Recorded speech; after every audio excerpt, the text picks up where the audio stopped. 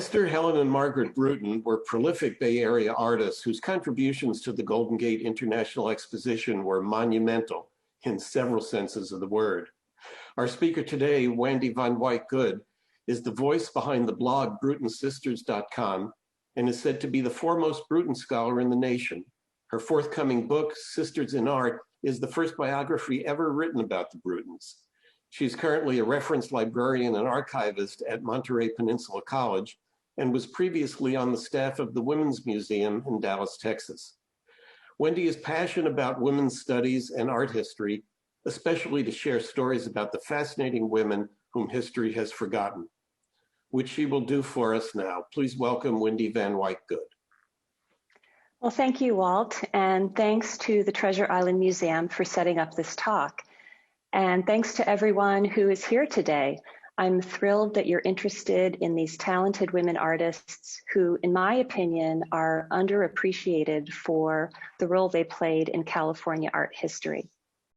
So today I'm going to focus on the Bruton sisters' work at the Golden Gate International Exposition, but I also want to give you some background about the Brutons, who they were, how they got involved with the exposition, and also what happened to them afterwards.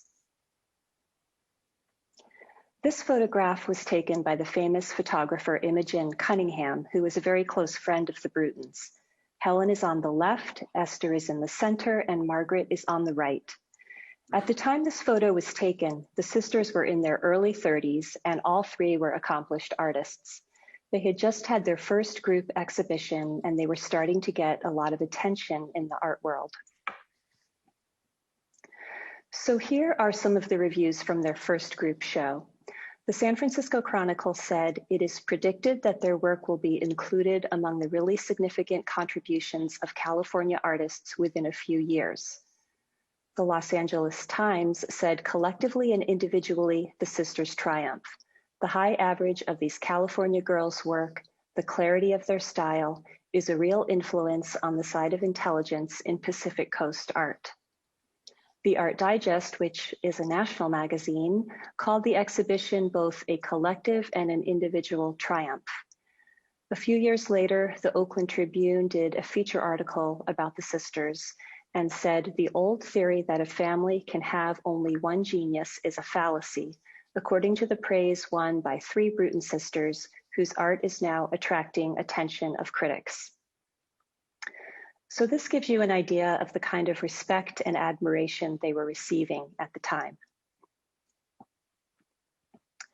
But let's go back a bit earlier to when the Bruton sisters were much younger. They were all born in the 1890s, all very close in age, and they grew up in an affluent family in Alameda, which is a suburb of San Francisco. The sisters got along amazingly well. They were very supportive of each other, and they truly liked each other their whole lives.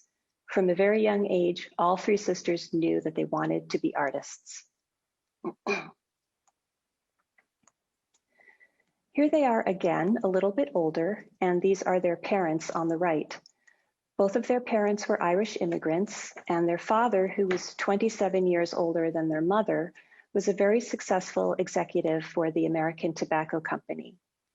Their mother was the one who encouraged the sisters' artistic ambitions, and she was largely responsible for them growing up to become strong and independent women. This is the home in Alameda where the Bruton sisters grew up. As girls, they spent hours in their attic studio working on their various art projects. The photo on the right is what the Bruton house looks like today. It was designated a city monument in 2016, partly because it was home of the Bruton sisters, but also because it is an architecturally significant house. The Brutons attended Alameda High School, and they also received quite a bit of formal art training, especially Margaret. Initially, Margaret studied painting, Esther studied drawing, and Helen studied sculpture. Margaret took classes at the California School of Design in San Francisco. Esther attended the Parsons School of Design in New York. Margaret and Esther studied for a year in Paris, and all three took classes at the very progressive Art Students League in New York. The family's wealth had an important impact on the Brutons' lives. The sisters didn't have expensive tastes or extravagant spending habits, quite the contrary. They lived very modestly, and this lifestyle, combined with their family money, allowed them to be independent, full-time artists. Also, there was no pressure for them to find husbands. Margaret and Helen never married. Esther married when she was in her mid-40s, and none of the Bruton sisters had children. Starting in the 1920s, the Brewtons began spending a lot of time in the seaside town of Monterey, California. Many artists from the San Francisco Bay Area came down to Monterey and Carmel to sketch and paint and to attend summer art classes. Margaret came to Monterey because she wanted to study with the modernist painter, Armin Hansen. The Bruton family was spending so much time in the area that they built this house in 1924. Initially, it was a second home, although they moved there permanently in 1944. This house was torn down in the 1980s, but for those of you familiar with Monterey, the photo on the right is taken from Cass Street, looking up toward El Dorado Street, which of course is a much busier intersection today. The sisters were in their 20s during the Roaring Twenties, and they became part of a lively bohemian art colony in Monterey. This is a photograph taken at a costume party. Helen is on the left, Margaret is on the right, and Armin Hansen is sitting in between them. The woodcut is by Helen, and all of the people depicted in the work were part of their circle of artist friends. Margaret developed into an exceptional painter who won numerous prizes and critical acclaim in California and nationwide. Here are some examples of her work from the 1920s and 30s, including companion portraits of her parents in the lower right corner. You get a sense here of her bold colors and her modernist style.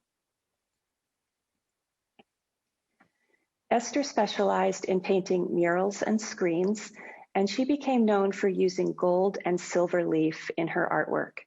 She painted murals in several hotels and in a department store in Los Angeles, but many of these works are gone. Murals are especially vulnerable. It's so easy to just paint over a mural that looks dated or doesn't fit in with a new decorating scheme, and then the work is gone forever. However, these murals that Esther painted in 1935 have survived. They are in the Cirque Room at the Fairmont Hotel, which was the first bar to open in San Francisco after Prohibition. Esther painted 9 murals, and they were so popular that the bar named a cocktail after her. They called it the Eckie, which was her nickname. These works are definitely worth going to see when you're in San Francisco. Esther was also queen of the Parillia Ball. The Parillias were annual parties, almost like pageants, that were fundraisers for the San Francisco Art Association. Each year, 2 popular artists were selected as king and queen. In 1936, Esther was queen and her king was Victor Arnitoff. You might remember hearing about Victor Arnitoff recently. He painted the WPA murals at George Washington High School in San Francisco that were at risk of being destroyed in 2019. In fact, he painted those murals the same year he and Esther were king and queen of the Parillia. Helen, the youngest Bruton sister, was known for her large-scale mosaics, several of which were funded by the WPA art programs of the 1930s. She was one of the first American artists to revive and reinvent this ancient medium. The San Francisco Examiner reported that the Brewtons were the only ones so far in this country who are attempting to adapt the ancient medium of mosaic to modern motifs. Helen's first attempt at large-scale mosaic work was in 1934 when she created these 2 mosaic murals, each is 13 feet high and 6 feet wide, as part of a public works of art project. Since they are located at the San Francisco Zoo, Helen included children and animals in her design. On the right is St. Francis, the patron saint of animals, for whom the city of San Francisco was named. Some art historians believe that these works are the earliest public mosaics to be executed in San Francisco. The murals are still in good condition, although the building itself is closed. So unfortunately, you cannot see these mosaics in person. In 1936, Helen was part of a WPA project to add mosaics to the old art gallery on the UC Berkeley campus. Her work is on the right side of the front doors, and another artist, Florence Alston Swift, did the mosaic on the left. The theme of these works was the performing arts, and Helen's mosaic represents sculpture and dance. Although the building is closed and in need of renovation, the mosaics are in good condition, and you can walk right up to them to get a closer look. In 1937, Helen made these two mosaics, which have a California theme, for a hotel in San Francisco. Today, they are just inside the entrance of the Hotel Union Square, and if you're in San Francisco, it's really worth stopping by to see them. They are actually larger than life size, about 10 feet tall and 7 feet wide. Over a year ago, when I went to the hotel to see these mosaics, the person at the front desk told me they were by Diego Rivera. Unfortunately, because the Bruton sisters are not very well known, sometimes their works get attributed to other artists. So here are the Brutons in 1938. People who knew them said that they were a striking group and they made an impression when they entered a room. They were described as tawny-headed women with a wit, sparkle, and zest for life and work.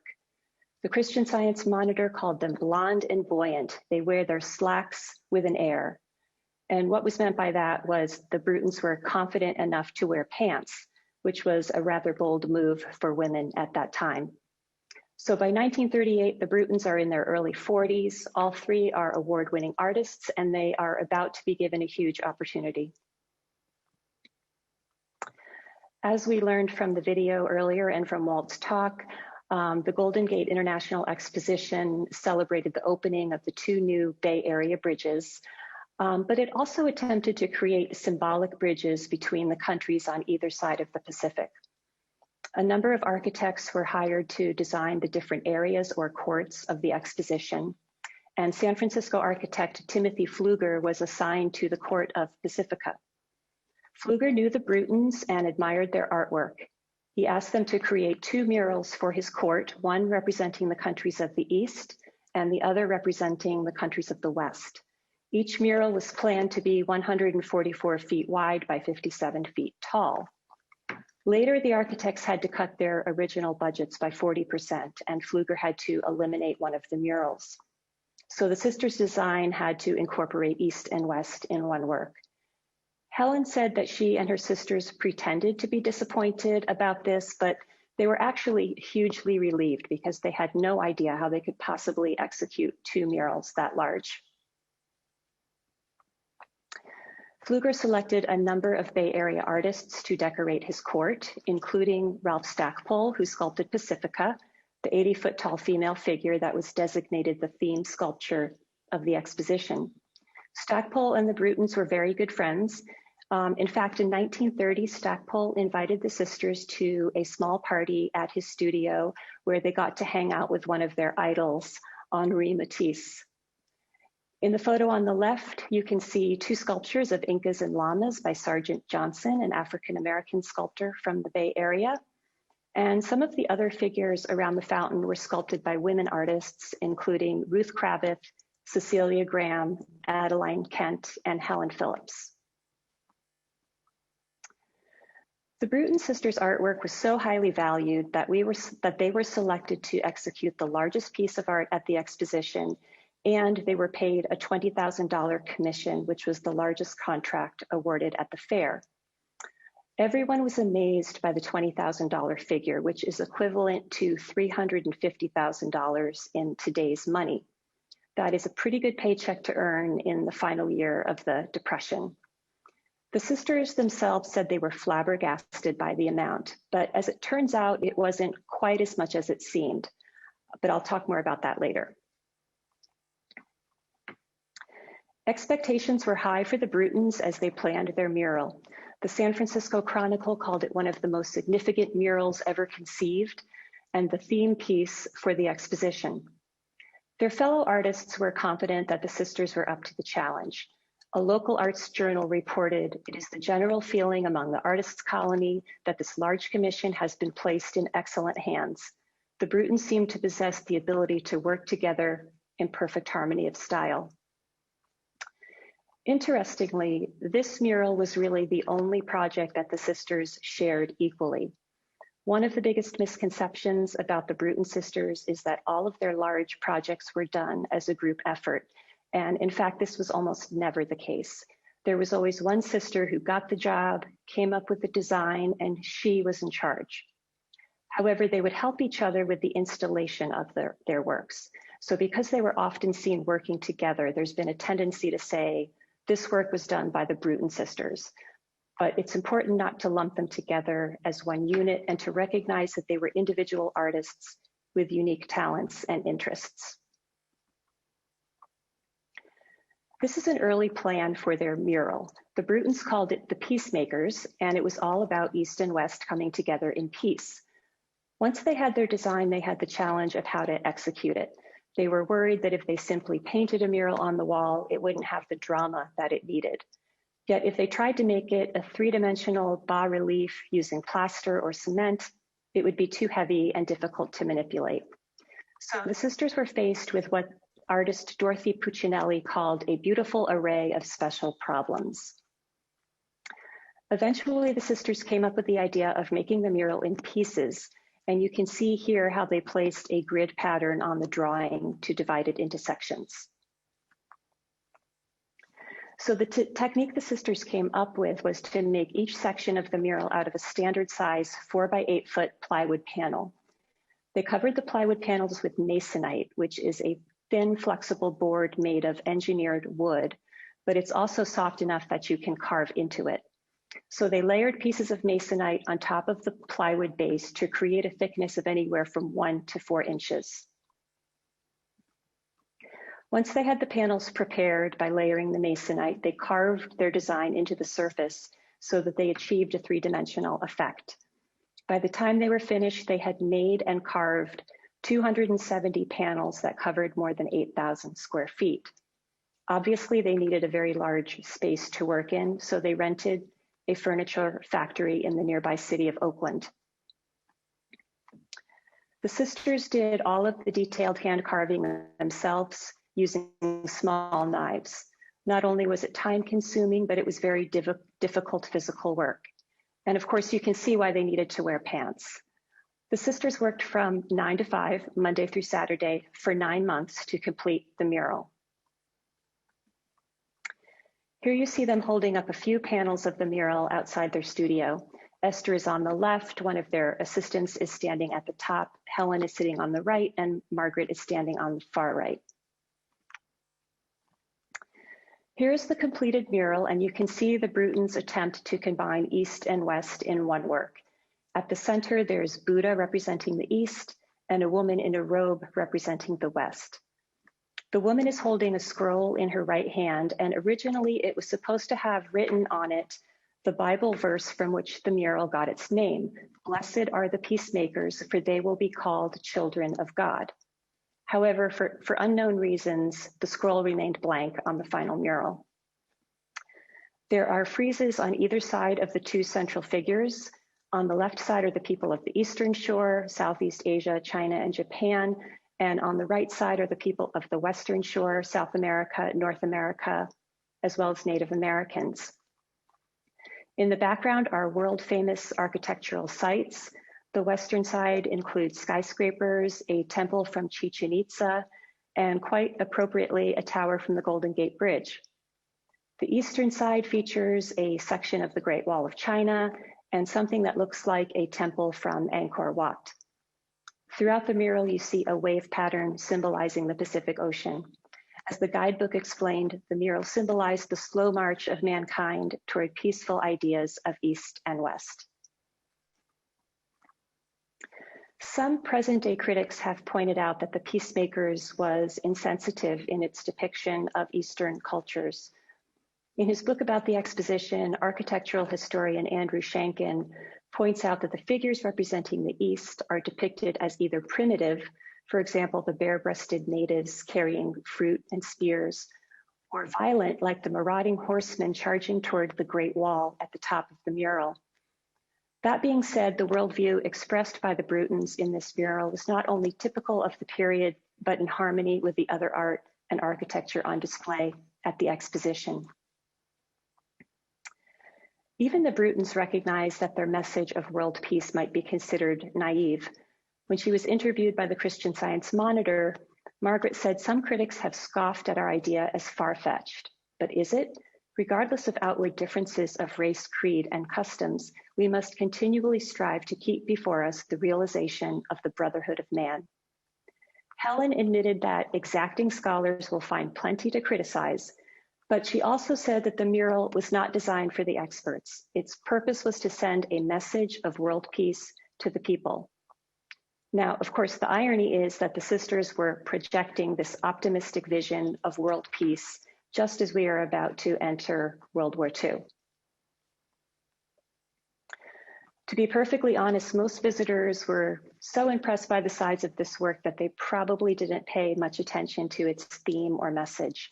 And it's hard to see in the photographs how big it really was, although this photo does a decent job.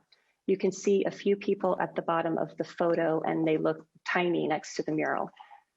One spectator reported that the Bruton sisters' doubly colossal, multicolored Peacemakers was too much for our meager critical gaze to absorb all at once. We clucked our tongues admiringly and backed away. Another viewer remarked that the mural looks to be 9 miles high, 17 miles wide, and a little like something cooked up by Paul Bunyan. So you might have just heard me say that the Peacemakers was multicolored.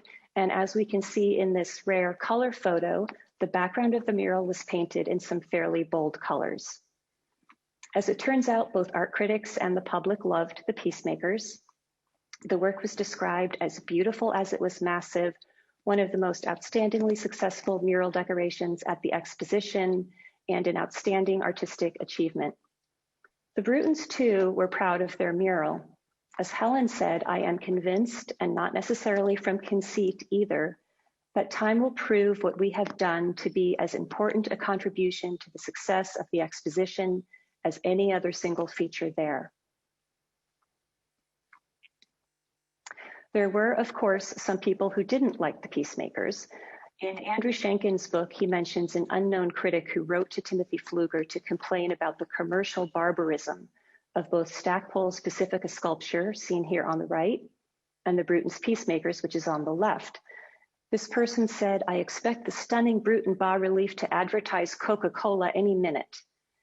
It's unclear why this individual thought that there was a commercial element to these works, but I have no indication that Fluger was in any way disappointed with the mural.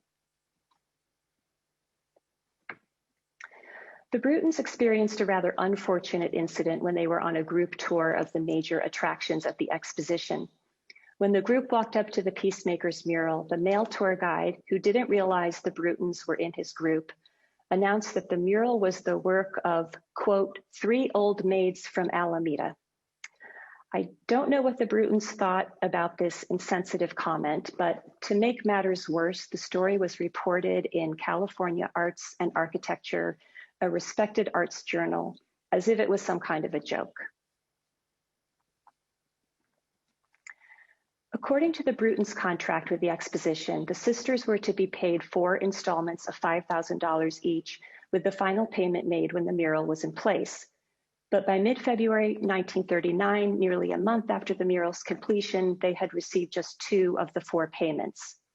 The first $10,000 had been spent on all the raw materials for the mural, paying their assistants, and paying laborers to attach the 270 panels to the wall. As Helen said, "We are counting on the last 2 payments to pay us for the year's work. It has cost us too much effort to make the mural a present."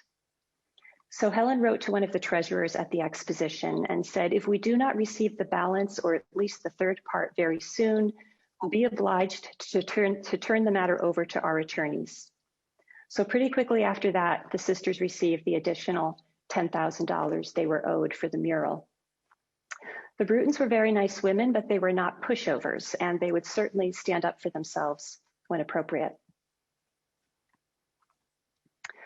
One of the attractions at the Golden Gate International Exposition was an exhibition of world-class art that was on display in a building called the Palace of Fine and Decorative Arts. After the first year of the fair, many important works of art had to be shipped back to Europe, and that left a vacant section in the Fine Arts building. Timothy Pflueger decided to fill the empty space with a project called Art in Action. His idea was to put artists on display so that visitors could view them while they worked. At the time, this program was very inventive and unusual.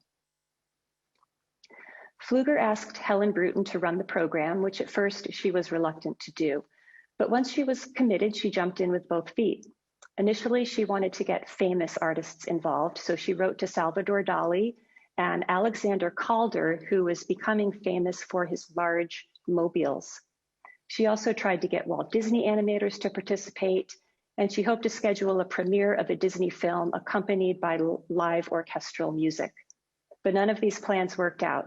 So instead, Helen recruited her friends, many of whom were Bay Area women artists. This is a drawing that Esther Bruton made of Art in Action. You can see Timothy Pflueger with wings in the upper left corner, hovering over the chaos. The artists who participated in Art in Action were paid $1 a day, presumably to pay for their lunch.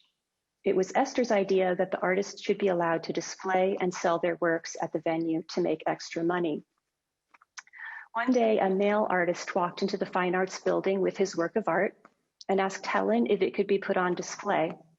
She said no and explained that, number one, you had to be invited to participate in Art in Action, and number two, you had to be willing to take shifts sitting out in the open, making your art while the public watched.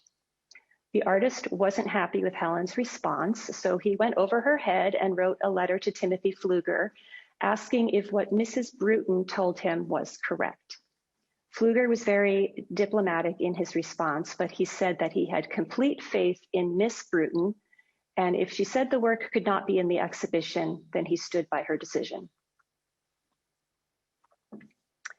As Helen said, all the artists had such a good time. It was just like a circus going on.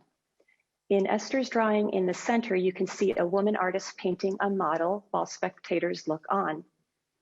Intentionally or not, Helen had become an advocate for women artists. People who visited Art in Action were able to observe large numbers of talented women at work, which probably influenced their perception of women's role in the arts. There was even a reception held specifically to honor the women artists at the exposition. Timothy Pflueger managed to get at least one famous artist to participate in Art in Action. Diego Rivera came to the Fine Arts Building to paint a very large fresco, which today is called the Pan American Unity Mural. Even before the work was started, Helen was already thinking ahead about how to save the fresco after the exposition closed. She wrote to Fluger in February 1940 and said we would have to devise a way to do it so it could be moved successfully and sell somebody the idea of taking it afterwards, maybe putting up some of the money. And this is exactly what happened. Rivera painted his fresco on movable panels so that after the exposition, it could be installed at the City College of San Francisco, where it is today. At some point, this fresco will be moved to SF MoMA as part of an upcoming Diego Rivera exhibition, but this show has been delayed due to COVID. Although Helen clearly appreciated Rivera's talent, she found working with him very frustrating. As she said, we had the most terrible time with him. He was supposed to start working at the Fine Arts Building at 11 in the morning, but he wouldn't show up until 5 or 6 in the evening when most of the people who had come to see him had already gone home. You can see why this was a problem. Rivera was the most popular attraction at Art in Action, but he was absent during the busiest hours. Unlike Rivera, Helen and her sisters were very disciplined and had a strict work ethic. When they were working on their mural, it was 9 to 5, Monday through Saturday. So you can understand why they didn't have a lot of patience with this kind of behavior from Rivera. The Bruton sisters had probably met Rivera and his wife, Frida Kahlo, sometime before the exposition. At some point, Margaret drew this portrait of Kahlo. She gave it the title Frida Rivera, which is amusing not only because Margaret misspelled her first name, but she also gave her the wrong last name. I don't know if Kahlo sat for the portrait or if Margaret drew it from a photograph or what. I haven't found any documentation about the relationship or if there was a relationship between the Brewtons and Frida Kahlo. Despite the challenges with Rivera, the Art in Action program was a big success. It was described as one of the most interesting and successful innovations at the exposition. The Magazine of Art reported that the Art in Action project so dominates the Fine Arts building that it breathes its life into all sections. The war correspondent and journalist Ernie Pyle said that the Art in Action display was even better than the old masters. And even Diego Rivera said, "What a show. This is the most stimulating way to create a richer understanding of the arts among the public." As the exposition began to wind down, Helen organized a party to thank the artists who had participated in Art in Action. They were asked to come in costume dressed as one of the paintings from the Fine Arts exhibition.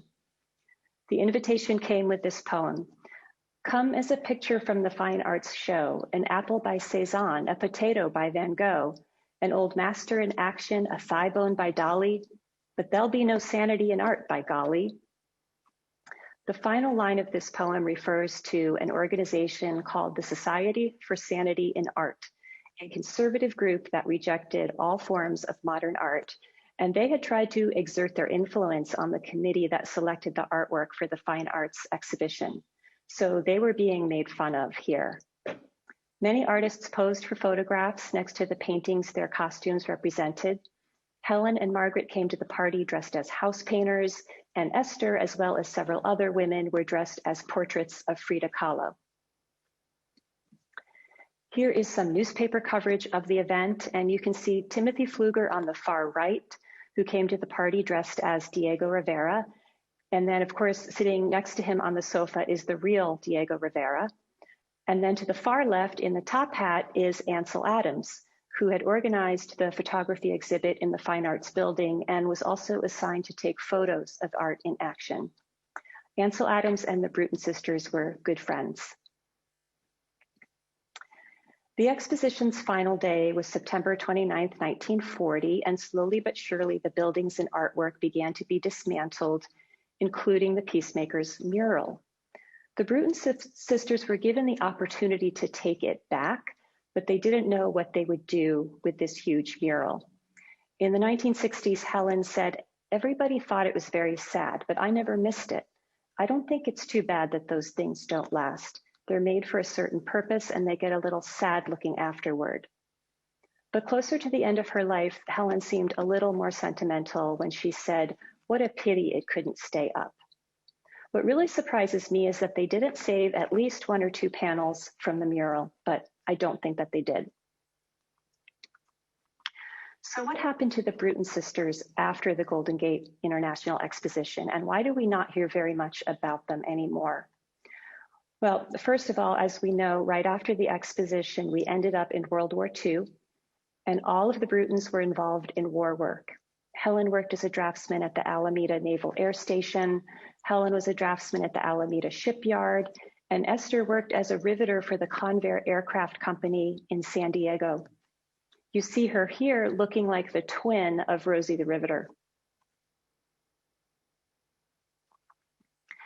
After the war, the Brutons' artwork began to evolve and change.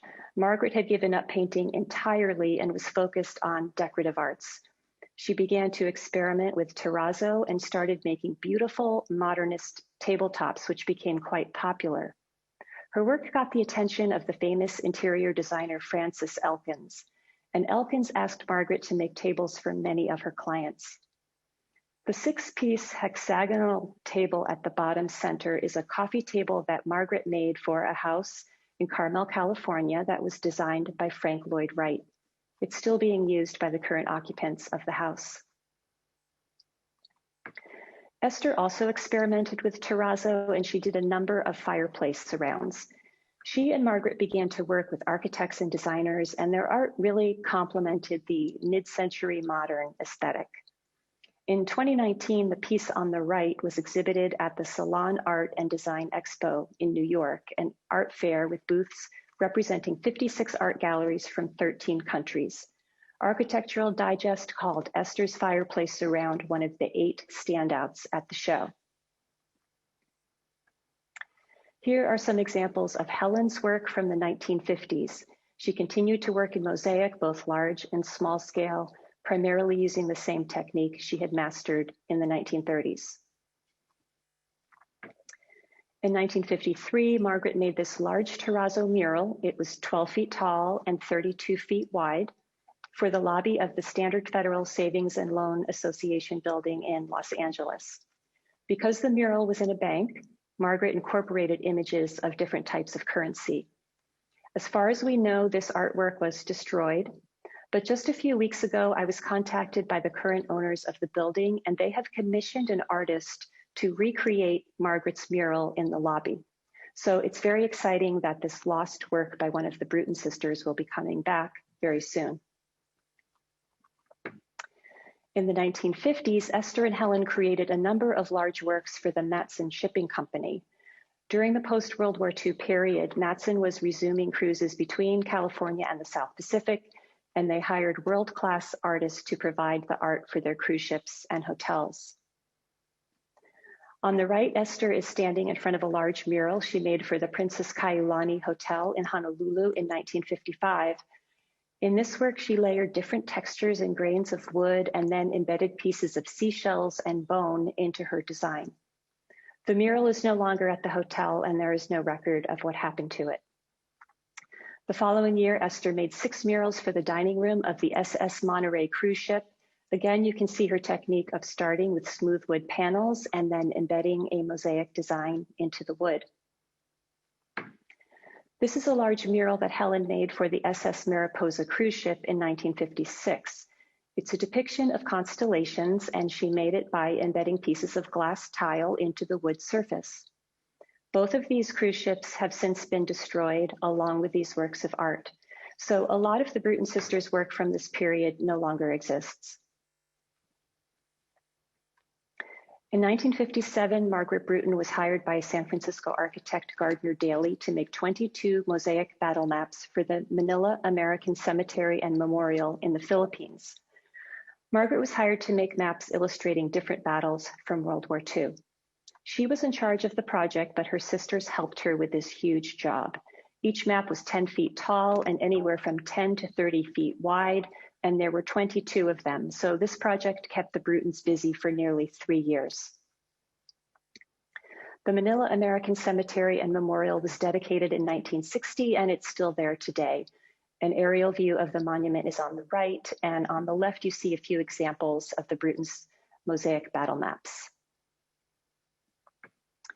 The Bruton sisters' last large project was for Buddha's Universal Church in San Francisco.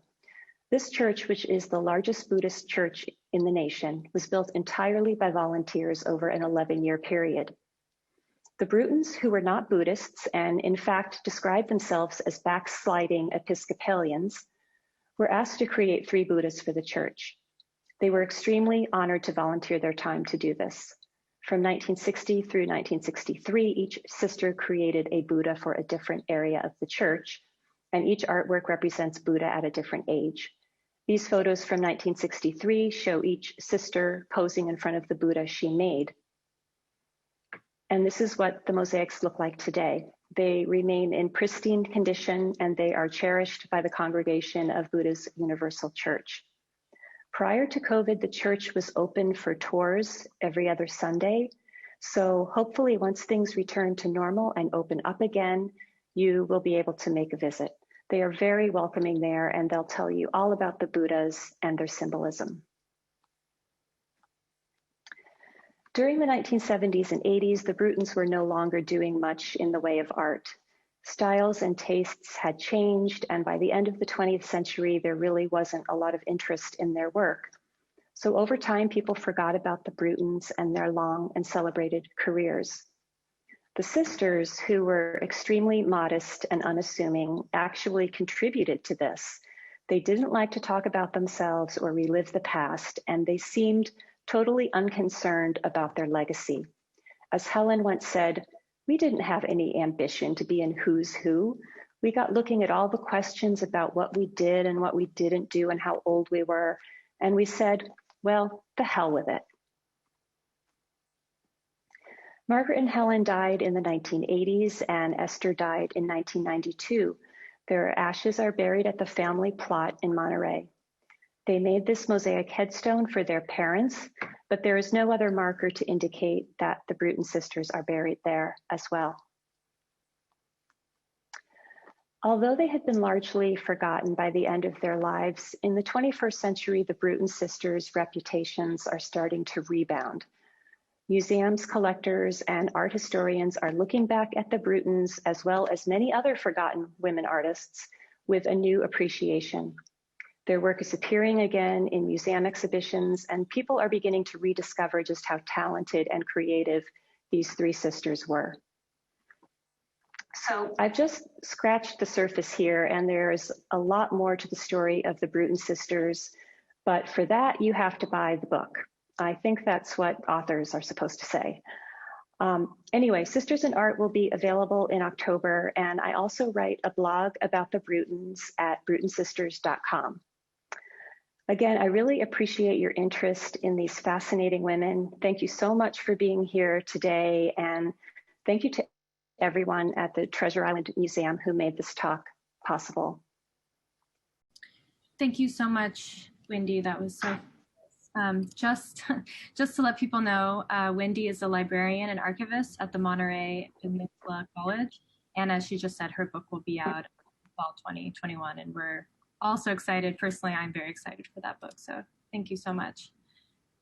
So I've gotten some questions in the chat and I've gotten some questions via email, but I also want to give people a chance to raise their hands and ask a question now as well. The first question that I got was, how did the sisters meet the Italian craftsmen who did the work at San Simone and who trained them in mosaic work? I think what happened is that he was assigned to Helen Bruton when she was working on one of the WPA projects, and he was assigned to them because he knew how to do mosaics, and the Bruton sisters really didn't have any experience. And so he taught them how to do it. They really learned from him. But as far as I know, it was just that he was assigned to them. Okay, wonderful. Next question is, how did interior designer Frances Elkins meet them? Elkins used their terrazzo top tables in her commissions. And this person who asking this question is writing a book about Frances Elkins. Yeah, so Frances Elkins had her office in the Stevenson House, which was a house where many of the artists rented rooms and had studios there. So she got to meet all of these really creative artists and see the kind of work that they were doing. And she hired them to make furniture, picture frames, and things for her clients. So that was kind of where they came together at the Stevenson House. And I'm sure that's where she got to know Margaret Bruton and saw these wonderful tables and saw the potential that these tables would have for her clients. Okay, excellent. The next question comes from the chat from Michael Gray. Michael asks, did any of the Brewtons create any art at Art in Action? I was also wondering that. Yes, they did. Margaret helped with a large mosaic project. Esther, there's a photo of Esther doing a mosaic bird bath. So yeah, Helen definitely got her sisters to participate. I have another question from email here. So someone said that you're saying that only Helen did the work. So why is it attributed that all three sisters worked on these mosaics? These works really shouldn't be attributed to all three sisters, but often they are because they work together on the installation. But for all of the mosaics that Helen did, it was her design, and she made all of the creative decisions. Her sisters didn't argue with her. She told them what to do, and they assisted, but the work was really Helen's, and they would be the first to admit that too. So yeah, those works were really Helen's. Okay, wonderful. So another question here from Melissa is, do you know how Helen Bruton came to work for Gladding McBean in SoCal? Yeah, so this goes back to 1929. This is something I didn't cover in the talk. It's so hard they had such long careers, it's hard to cover everything. But Helen had been designing tiles, and in 1929, she went down to the Glendale plant of Gladding McBean, hoping that maybe they would be interested in purchasing her tiles. And she was kind of in the right place at the right time, because someone who was working on a big project for USC had just left. And so they hired Helen to continue the work. And this was a large project where she made these panels out of tile representing 22 different philosophers. It was a philosophy library.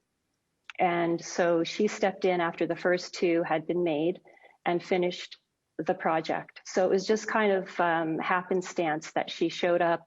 They needed somebody to complete this project, and she was willing to do it. Okay, wonderful. Maggie asks, did your research discover much about the art scene in Alameda?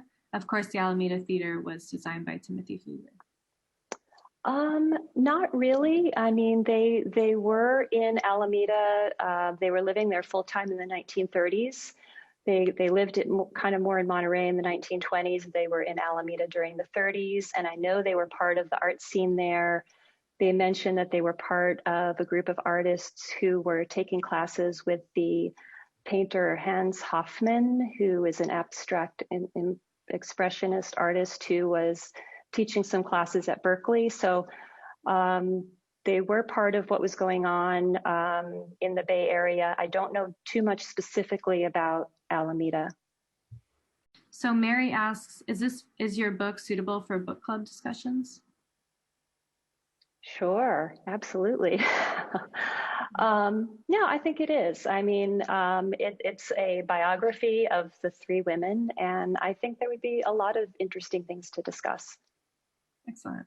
So Jessica asks, did any of the sisters teach formally or mentor other artists who came to be recognized later on? That's a good question. Not that I'm aware of.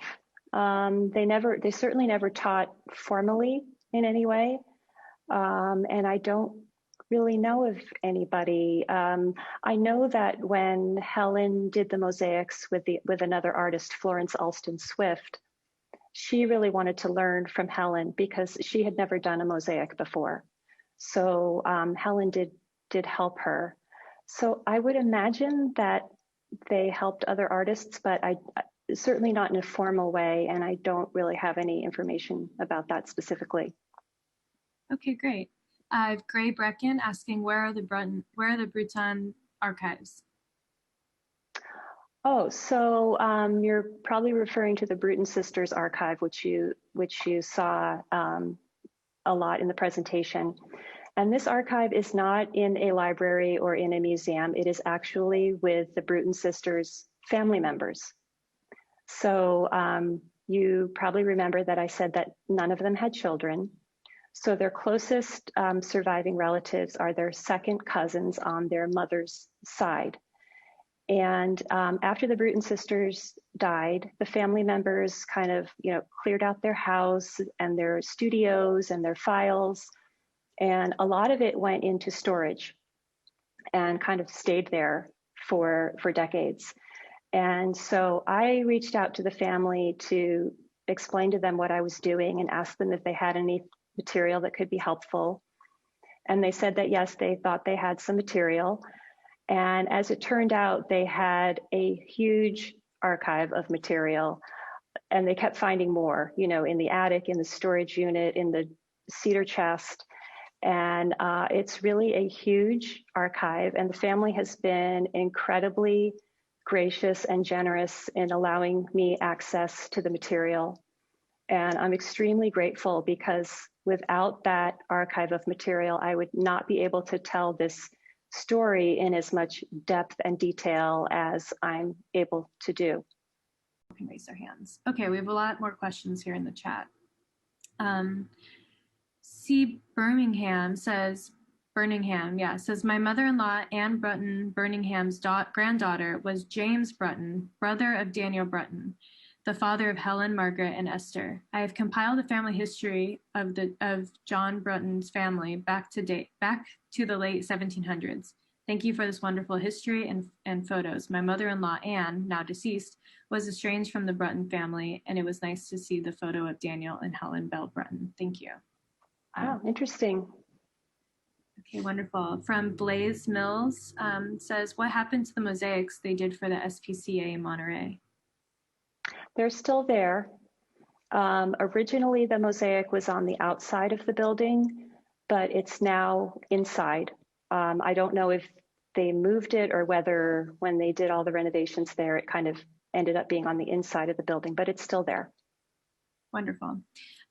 Jeremy Sutton says that he looked up GGIE Art in Action on Wikipedia, but it makes no mention of Helen Bruton's role in organizing it. So he says, do you think this is an oversight or a disregard or ignorance of her role? I don't know. It could be either thing. And, that surprised me when I first started doing my research. There's no Wikipedia article for any of the Bruton sisters. So that's something I'm going to remedy. I just haven't gotten around to it yet. Michael Gray, he says, what got you started researching the Brutons? That's an interesting question. As you mentioned, I work in special collections and archives at Monterey Peninsula College. And one of the largest and most significant collections that we have there are the papers of Frances Elkins, the famous interior designer. And she hired Margaret Bruton to make tables for her. And so I saw these tables. That was my first introduction to the Bruton sisters, was these tables that Margaret had made that I thought were so interesting and creative. And they had this mid-century modern vibe that I really liked because I like that kind of architecture. And it just got me curious, who's the person behind these tables? And then I heard a lot of reference to the Bruton sisters, and I wanted to know more about, well, is it, why are they referred to as one unit? So I just started researching them. I'm a librarian. I'm not an author or an art historian. I just wanted to know more about them. And the more I learned, the more I felt like they had a story that needed to be told. Excellent. So I have Jan Gilmore next. Wendy, it's great to meet you. I'm in Virginia. Hi. Kudos for everything and the excellent talk. Will you be treating your trips to Taos, New Mexico in your book? Yes, I will. I will be talking about that in the book. Yeah, that's why you have to buy the book to get the full story. And I did what I could with my time today. But yeah, they were in Taos, and it was very influential for. Well, I shouldn't say all of them. Helen didn't go, but Margaret and Esther went, and it was a hugely influential trip for their art. Okay, Sally asks, do you have information on the murals in the dairy delivery building in San Francisco, Juan Potrero? That's interesting. I've seen reference to them, and I believe there are some preliminary drawings for those murals in the Bruton sisters archive. But as far as I know, that building has been destroyed. So I think those murals are gone. If somebody knows otherwise, let me know. But I think that building was torn down. Blaze also says that the Bruton sisters introduced their mother, Barbara Mills, to her husband, Mark Mills. Mm-hmm. Presentation, and she has many memories of the Bruton sisters. Wonderful. Yes. They were very good matchmakers. They brought together the architect Mark Mills, who was kind of a protege of Frank Lloyd Wright, and they kind of set him up with the daughter of one of their friends, Louisa Jenkins, who was also a famous mosaic artist. And they thought these two young people would get along really well, and of course they did, and they got married, and yeah, so that was the Bruton sisters with a successful, you know, hookup, I guess. All right, so Melissa Miller, I think you maybe have said this before, but what is the release date of your book for purchase? October. I think it's October 26th or something like that. It's actually on Amazon now, available for pre-order, but there's very limited information about it. We don't even have the cover design yet, so there's still some work to be done, but it should be out in October. Okay, wonderful. There's been a bit of talk about the Pigs on Pig Iron series, Esther's, and people are asking if maybe you could speak a little bit more about that. Yeah, so Esther eventually got married when she was in her mid-40s, and she married an engineer, which surprised me a little bit because she was such a, you know, creative artist type. I thought she might marry somebody similar, but she married an engineer, and she loved to travel around with him. He went all over the place for his jobs, and one of his jobs was to work at the Kaiser Steel Mill, which is in Central California.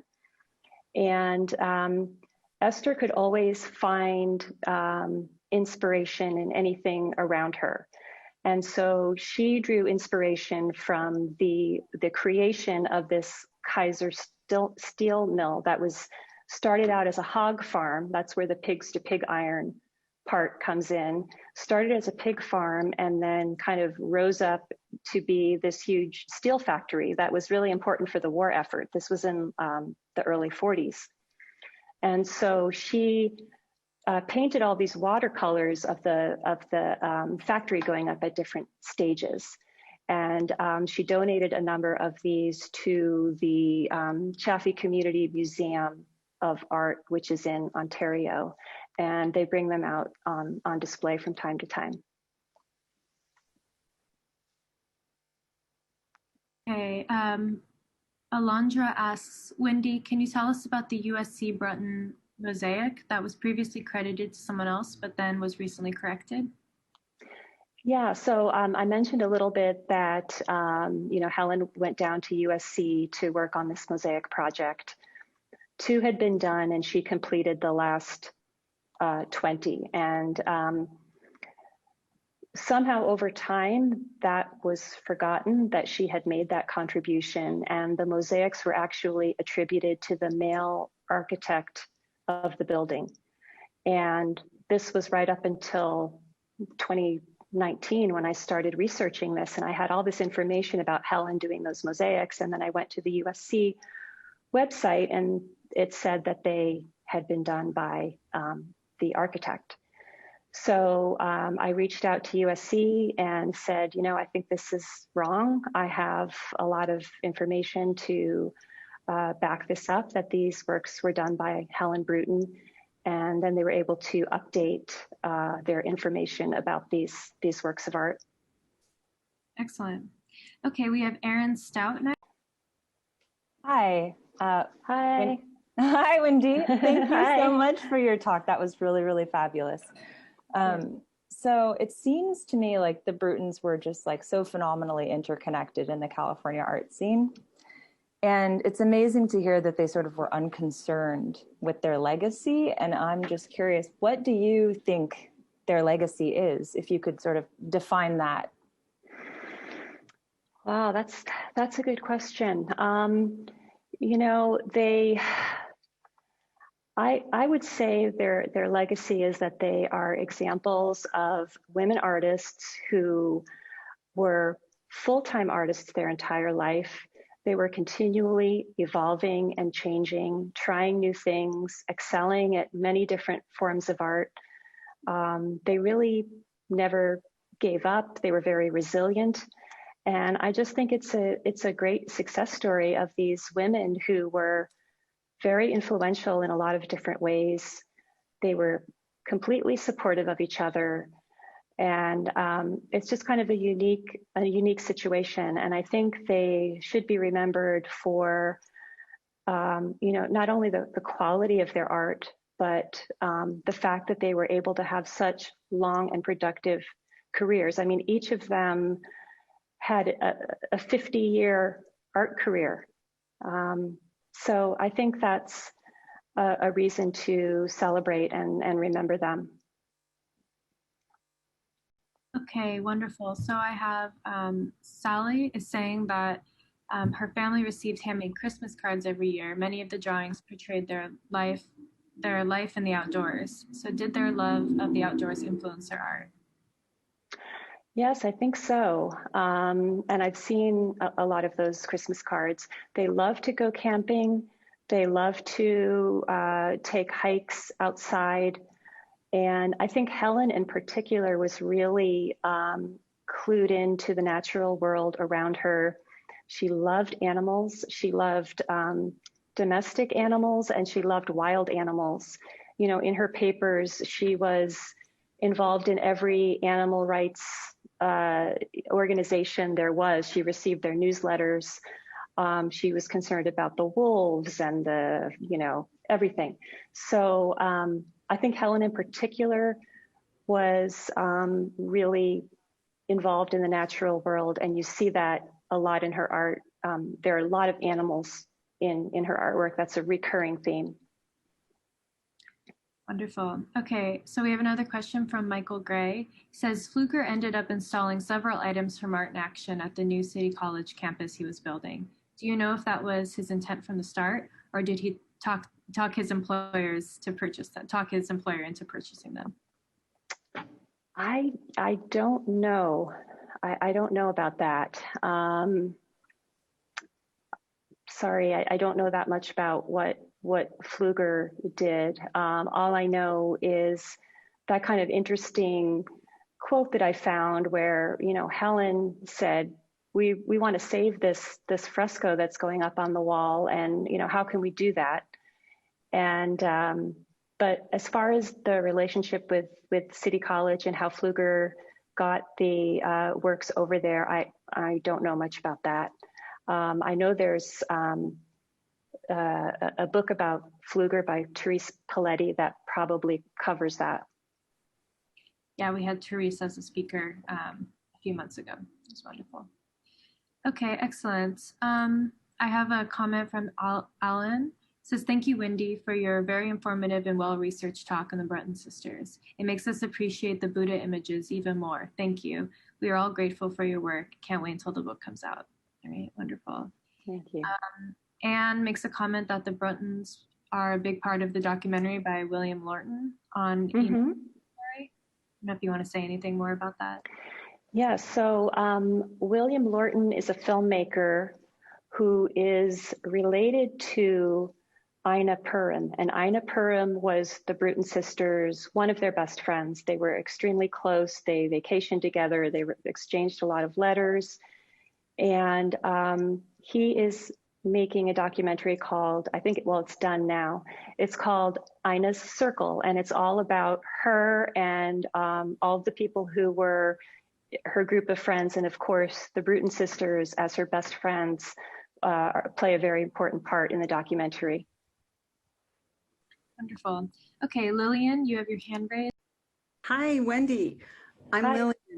I wanted to ask if you have any background on how they procured their mosaic materials, their terrazzo materials, and, you know, being so prolific and working on such large-scale projects. I know they worked in ceramics and glass, but did you find, were they importing from Italy or things like this? No, I mean, certainly not at the start.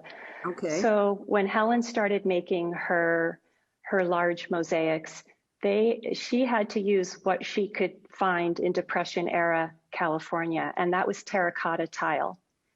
And there was a terracotta tile factory up in San Jose called S&S Tile, and they made a commercial terracotta tile.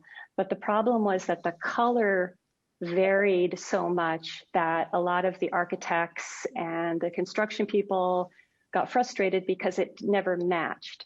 So there were a lot of seconds.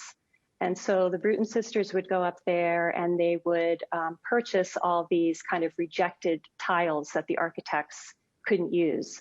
And that's what they would first used for their mosaics, and that they were actually too thick to cut into little pieces, so they had to take them to some place to get them ground down on the back so that they could be used. So it was quite a process, but that was where they got their material at first.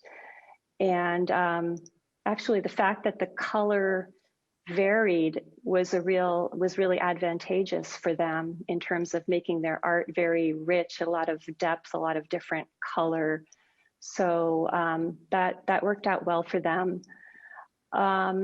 So that was where they got their material at first. I don't know a lot about where they got their material later on, but I know when they were doing their terrazzo tables, they would throw all kinds of things in there. They would like scrap metal and broken pieces of Coke cans and just whatever things that they found, they would kind of throw in their terrazzos to make them really interesting. Wonderful. So a few other things going on in the chat. Jeremy posted a link about, looks like on DIVA, the SFSU online digital archive, they have some information about and pictures about the 1973 demolition of the Borden Dairy delivery. Oh, okay. If you want to check that out, that's in there. Also, William says that the Fluger was building City College, so art ended up there. Seems as simple as that, I guess. Someone else says that the documentary about Ina's Circle is in festivals now. And then I just got a question in from Jessica. Do their letters include the support and opinions of their parents about their work, including the Peacemakers? Well, their father was 27 years older than their mother. So their father was well into his 50s when they were born. And so he actually was not alive by the time they were working on the Peacemakers.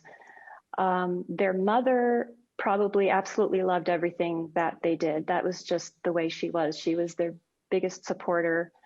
And I think she honestly probably loved whatever they did, but I don't have any specific information, any specific quotes from their mother saying, oh, this was great, or I loved that. But just from what I know about her, she probably really liked everything that they did. That's very sweet. One more person has been trying to raise their hand. Janine Graham. Okay, great. I'm Jeannie Graham. I'm so happy to meet Wendy because I live in the Bruton home right here in Alameda where they were born, raised, and grew up. And so I'm so delighted with the work Wendy's doing, and I can't wait to meet her in person and give her an opportunity to share this home and see it for these lovely women who deserve all the work and the legacy and the effort that you've put in. And I've already ordered the book via Amazon.com. Thank you so much. Thank you, Jeannie. And I have one more question as well. Someone's asking about did they have a signature on their mosaics, possibly? Yeah. Helen usually signed her mosaics H. Bruton.